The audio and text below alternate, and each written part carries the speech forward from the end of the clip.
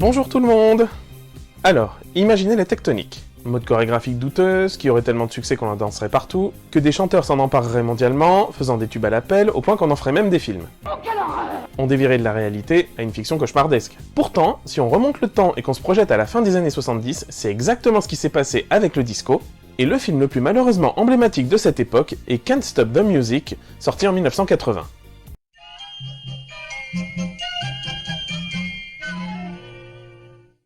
À l'arrivée des années 70, le climat social aux États-Unis est plutôt lourd, et les minorités ethniques, particulièrement afro-américaines et latino-américaines, ainsi que la communauté LGBT, ont un immense besoin de se délester de leur quotidien dans les boîtes de nuit et dans les lieux underground, où la funk domine déjà. Cette musique sert en majorité les bandes-sons des films du courant émergent de la Black Exploitation, qui a pour but de revaloriser l'image afro-américaine au cinéma, qui jusque-là les cantonnait à des rôles secondaires, caricaturaux ou de faire valoir. Les Afro-Américains acquièrent donc une certaine visibilité, mais réclament également le droit à la fête et à l'insouciance. C'est dans ce contexte que débarque Jacques Morali.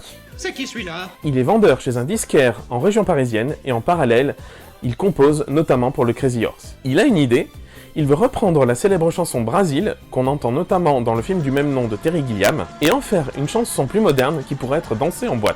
Il s'envole pour Philadelphie, crée le groupe The Ritchie Family, et produit le morceau qui devient un succès underground en 1975. Le disco est né. Et il va connaître les proportions qu'on lui connaît aux États-Unis, et va lancer les carrières d'artistes comme les Bee Gees ou Donna Summer. En France, ce sont surtout des artistes déjà installés qui vont s'emparer du créneau, comme Sheila, Claude François ou Dalida.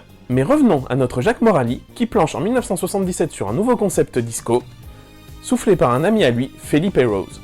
Felipe est danseur, et il arpente souvent les rues de Greenwich Village, à New York, habillé en natif américain.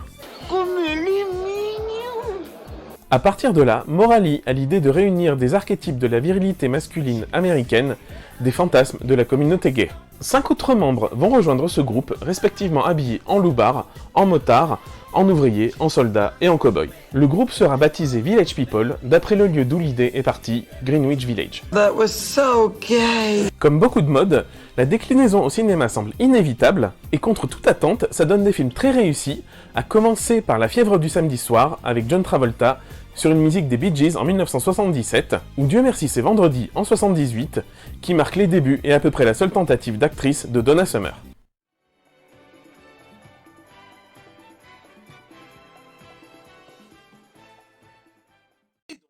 C'est en 1980 que sort Can't Stop the Music, un film sur la création des Village People, avec des vrais Village People dedans.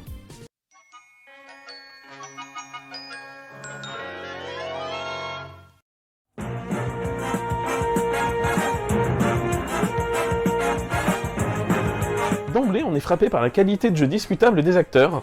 Là où ça peut être pardonné pour des chanteurs et des sportifs dont c'est pas le talent premier, c'est plus compliqué quand il s'agit de vrais comédiens du film. Le film a malheureusement très mal vieilli, quand les prises de vue ressemblent à un clip vidéo de la fin des années 70. Certaines scènes, justement les numéros musicaux, semblent posés en plein dans le film sans apporter de valeur ajoutée à l'histoire. C'est censé dynamiser le film, mais ça produit l'effet inverse.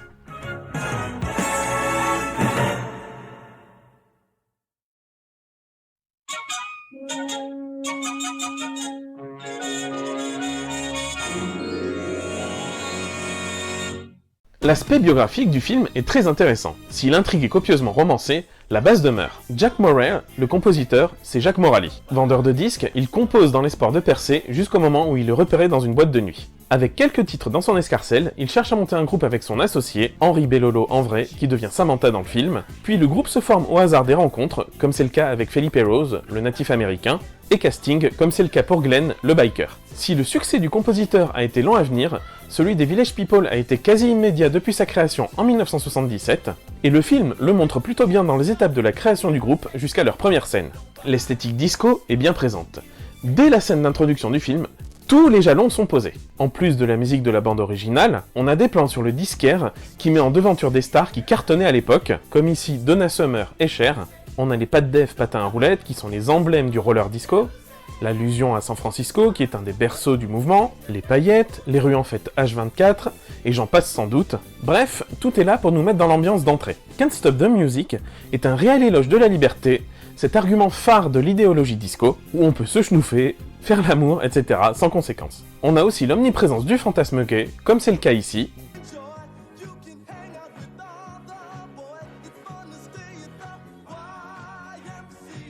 Sans parler de scènes un peu moins chastes que j'ose pas vous montrer. Oh plus y aller, tiens, j'ose, allez, paf, tant pis si je me fais censurer.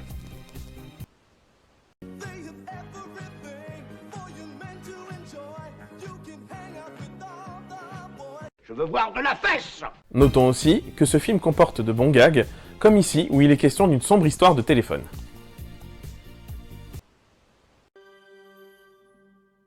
$50,000? Are you crazy? Who do you think I am, Neil Bogart? Keep in touch. Can I get you a drink? What? No, wait. Will you just wait? Now, how did we release the new single in Atlanta? Yeah, tell him I'll call him back. Now, where were we? Well, Steve, if I could just... 1 second. Yeah. No, tell him I'll see him a little after 7. Wait a minute, Samantha, where are you going? Samantha, wait a minute. You're doing it again. It's all coming back to me. Living with the touch-tone kid, I can't get a word in edgewise. You mean the telephone? No. No, this is me in the past. This is not me now. No. No, you've changed. Yeah. I'm calling back. You don't have a phone in your limo. Next to the John. Next to the bed. In the sauna. No. That's what I thought. Okay, wait, just 1 minute. You want to see what I think of telephones now? That's what I think of telephones now. Hello? J'aimerais faire un petit aparté sur cette scène, et plus particulièrement sur la musique de fond. You were flunking out of college. I was dating and romancing some of the real biggies of the record industry. Mama has connections. Vous avez peut-être eu l'occasion de voir, lors de vos pérégrinations sur internet, une vidéo d'un certain Michel Vedette qui s'intitule Comme un aigle. Cette vidéo, qui se veut humoristique, est en fait la traduction mot pour mot d'un titre qui existe bel et bien, et qui s'intitule donc Like an Eagle. Ce morceau est composé tiens par Jacques Morali, et l'interprète s'appelle Dennis Parker. Pour la petite anecdote, Dennis Parker est surtout connu en tant qu'acteur porno, Vicieux, va! et il y a une inspiration pour le personnage principal du film Boogie Nights, de Paul Thomas Anderson. Cette information reste à prendre avec des pincettes puisque j'ai peu de sources concordantes. Côté casting, je vous propose un petit focus sur 2 personnalités. Tout d'abord, Valérie Perrine. Dans le film, elle joue Samantha, Pinko promu associée de Jack. Les plus amateurs de super-héros d'entre vous auront reconnu qu'il s'agit de la même actrice qui a interprété le rôle de Miss Teschmacher dans le film Superman de 1979. Qui? Mais si, oh...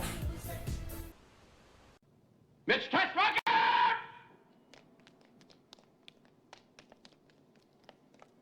Yes, Lex? Plus intéressant encore, un autre des personnages principaux du film est interprété par Caitlyn Jenner. À l'époque superstar du sport, elle a été championne d'athlétisme. Caitlyn Jenner est encore aujourd'hui célèbre pour ses participations à diverses télé-réalités, puisqu'elle est parente avec les Kardashians, et elle est bien sûr célèbre pour son parcours transgenre, puisqu'elle a fait son coming out trans ultra médiatisé en 2015. Dans Can't Stop the Music, elle joue Ron White, un avocat qui se retrouve un peu contre son gré, embarqué dans la création des Village People.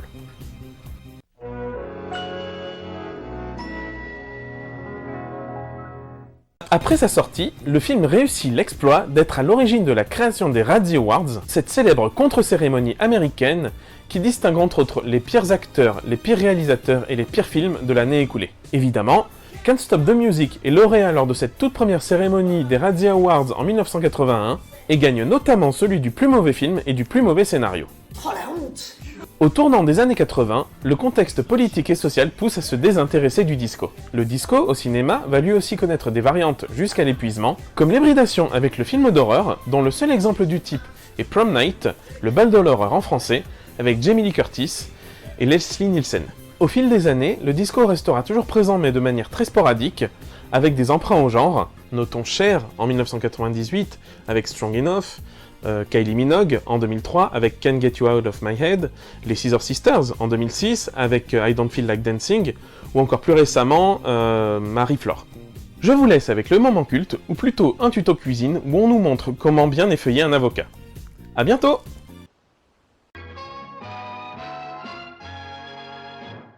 Still doesn't explain what's going on. We, my darling, are a group. We're a group. Yeah. Oh no! Oh my God! Oh no! Oh my God! Thanks a lot. My floor! All over the music. Oh, get Thank his you. pants off! Help me get his pants off! It's all over my parquet floor. Okay, first of all, Yeah. we need more guys. Why? Well, you see, my music needs a very big sound. You know what I mean? Oh, I got it. We'll put ads in Variety, Backstage, and Billboard. We'll hold auditions. Oh, but where? Now we can't do it here. Because we had so much noise the other night that two neighbors complained, and I can't afford to rent a hall. Well, You can use my office. your office a week from Friday? Yeah, sure. Fantastic. Sam, you write up the ad. This is terrific. I gotta think. We got a group. Who'd have thunk it, right? Hey. Ugh, I'll think about that tomorrow. Ugh.